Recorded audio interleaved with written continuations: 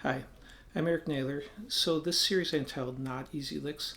That was kind of a reaction to us looking around at what other people were pointing out, and so many of them are easy shred, easy blues, easy metal. And there's nothing wrong with easy licks. They're not better or worse than complex or fast licks. But personally, I usually like listening to and playing fast and complex ideas.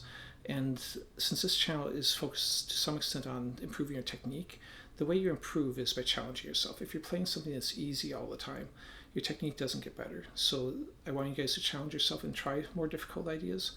And that's where the name Not Easy Licks comes from. But I'm not purposely making it more difficult. It's just what I like. Anyways, so we'll jump into, I'm going to show a couple arpeggio licks and then variations on each one of them, and I'll have a tab at the end that I'll show.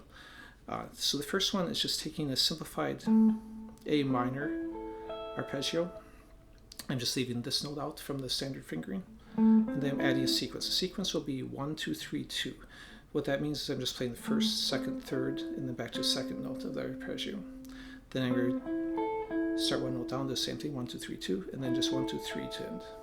So that sounds like when you speed it up. Now, if that's difficult for you, take a small piece of it. So just because I'm saying challenge yourself, if you're at a more of an intermediate or beginner level and can't do that, just take a little piece. You can do a lot with just those little pieces. And then you can go into some sort of scale run or something else. You can make it your own. Don't just take the idea and imitate what I'm playing, but add your own elements to it. So now the variations, I'm just going to take this minor one and move it to major.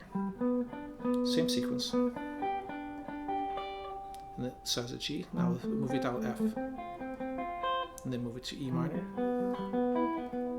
All in the key of C major. So played with a little more speed.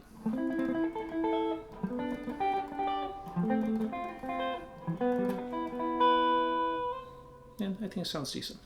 All right, the next lick will be a combination of a couple different arpeggios. I'm taking an E minor, and on here you can use the third finger, you can use the second finger.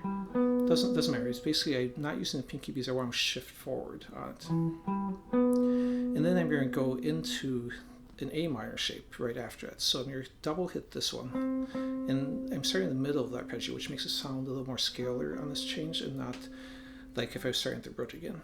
And I'm going to ascend and then come back down.